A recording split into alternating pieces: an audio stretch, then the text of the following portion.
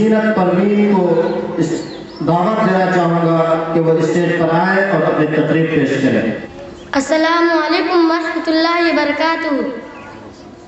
نحمدہ ونصلی علی رسول الکریم، اما بعد فاعوذ باللہ من الشیطان الرجیم، بسم اللہ الرحمن الرحیم۔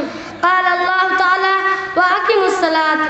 صدر محترم، حکم صاحبان، اساتذہ اکرام اور میری اسلامی بہنوں، آج کے اس سالانہ مسابقہ میں میرا عنوان ہے نماز کے معنی کیا ہے؟ میری اسلامی بہنوں، صلاۃ کے معنی نماز کے ہیں۔ مسلمان کے یہاں اللہ عز و جل کی عبادت کا ایک مخصوص انداز ہے، اس میں قیام، رکوع، سجدہ اور تشہد میں ذکر اور دعائی پڑھی جاتی ہے۔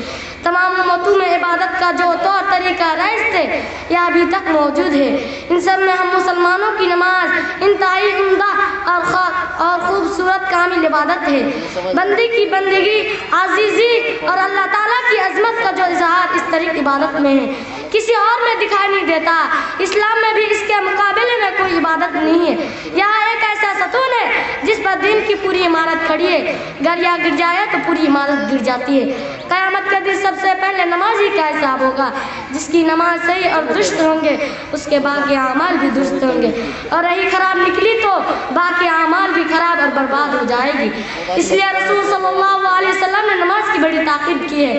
قرآن مجید کی سینکڑوں آیت اس کی فرضیت اور اہمیت بیان کرتی ہے۔ ہر حال میں نماز فرض ہے۔ قرآن اور حدیث کے اندر نماز میں کوتاہی کرنے والے کے لیے بہت بڑی سزا سنائی ہے۔ اللہ ہمیں نماز کا پابند بنا، آمین۔ وما علینا الا البلاغ۔ السلام علیکم ورحمۃ اللہ وبرکاتہ۔